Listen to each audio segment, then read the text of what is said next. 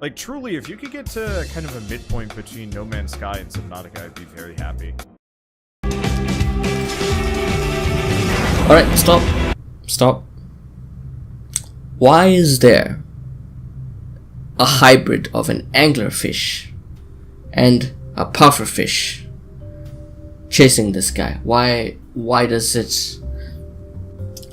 Anglerfish live in deep sea, pufferfish, they have air. They can't fucking live in the deep sea. But at the same time, maybe they're right, you know, maybe that's I guess it makes sense, since this isn't really an abyss, is it? Despite the name, nothing much really happens at all at any abyss. First of all, there isn't really any sort of abyss here. What we have is a really slow machine, and I am not joking when I say it's slow. I'm sure you can add speed modules to it and it'll be kind of good, but unless you're traversing genuine depths, it doesn't feel that great to use the Nautilon. There are so many issues with the updates that this game brings that I've realized. The Nautilon is ideal precisely for really deep waters, I presume. Besides not being able to find much of that anyway, wouldn't it be so much more exciting in the first place? One, perhaps you can make the Nautilon a little harder to make.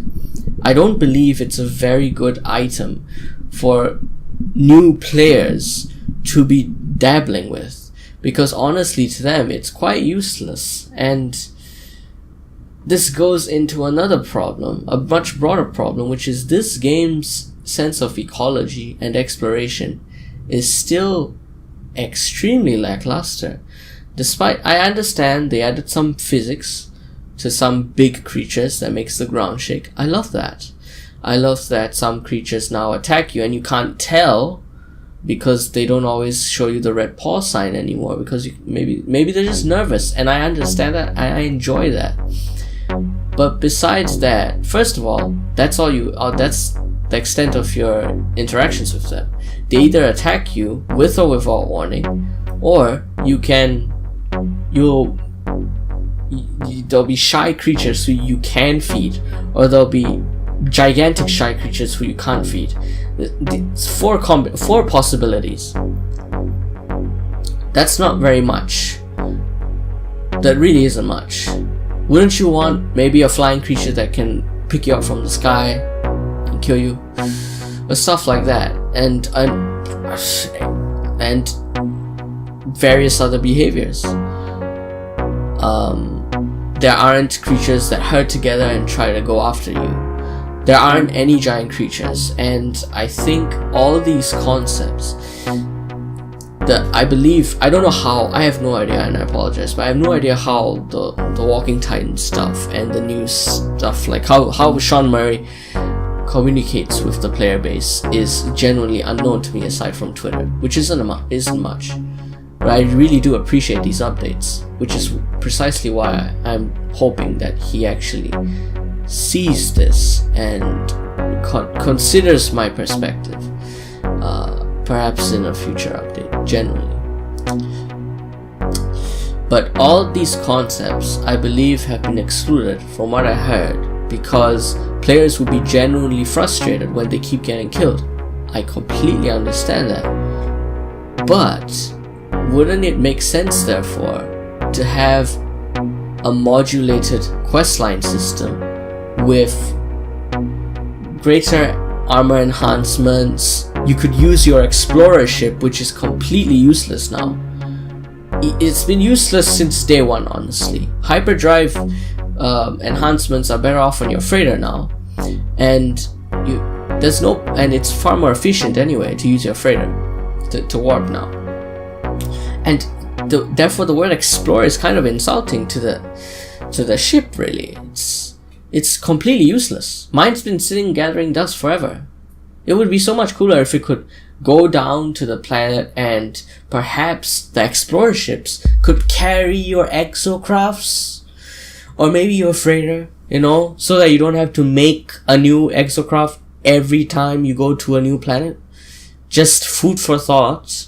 Despite the fact that you can make a new exocraft at every planet, the exocrafts that you make, these duplicates, they're not actually mutually exclusive. They share the same fuel, actually, which is funny. It's almost like, I don't know why this design was not scrapped immediately. Why don't you just have one rather difficult to make, slightly more difficult to make exocraft that you can store in your freighter? Your freighter just has your base, maybe storage, and it's the center for your frigates. That's not much. Oh, and your starships can get into it. That's so amazing. Why don't we have that? Why don't we have exocrafts that we can store there and deploy onto planets? And another thing is, with giant creatures, why can't there be a system where, you generally have a giant creature, possibly a mutated species, for example, right? Or an invasive species, something like that, which means, and I'm not just saying that for fauna, it could also be for plants. You could have a giant widespread fungus on planets, right? That spreads around and is somewhat perhaps destroying the planet, or it could not be, and you would not be able to access that planet unless you had certain upgrades, and and perhaps the people at the space station, who are still for the most part quite useless, and they're just mostly just NPCs to give you supplies. Perhaps some of them could be researchers who are trying to study and try to mitigate certain some of these harmful ecosystem problems brought about by these giant creatures or invasive species or something else. And there could be one to like a few giant species on one planet that you would locate with an explorer ship, for example, or maybe an explorer frigate.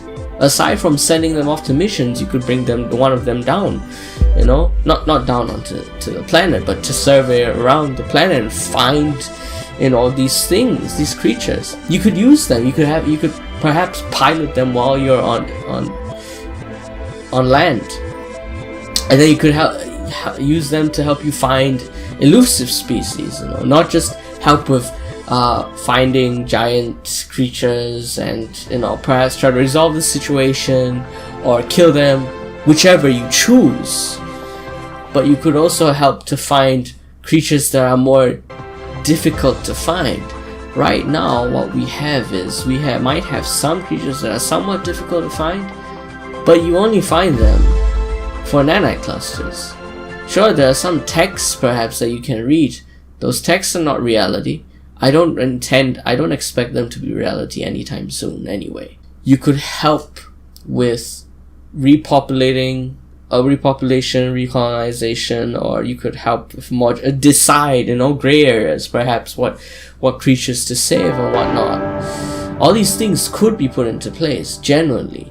A lot of these I feel could be put into place with relative ease, especially the giant creature concepts, because you would have just a few to put in. They'd ideally be from a smaller subset of animal parts, and if you had a few of them on some planets, and the frequency of encountering them increases as you go towards the center, that would fulfill a lot of the feeling that going to the center of the universe actually has something concrete, has some genuine consequences that we don't have as of yet. And it's been 2 years. If I'm not wrong, center of galaxy is still empty. Goes to another galaxy, that's it.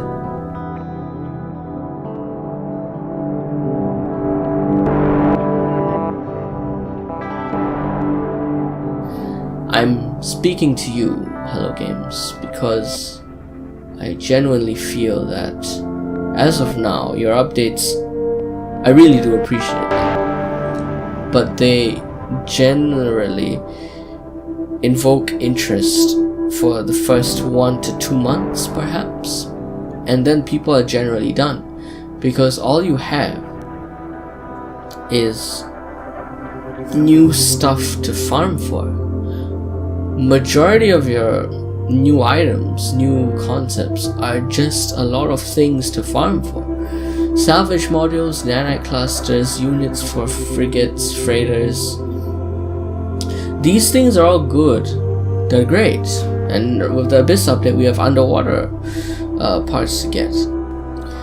But instead of building harder, faster, and bigger machines just to get even harder and even faster and even bigger machines, I'd rather actually be involved in just special situations in general that demand them, like exploring a creature that travels so quickly that I would need perhaps a ship to do so, or my pilgrim exocraft to catch up to it and scan it, or various other unique situations, instead of trying to consistently farm various items to just get other various items, just so I can say, well, it looks pretty cool, or it feels kinda cool.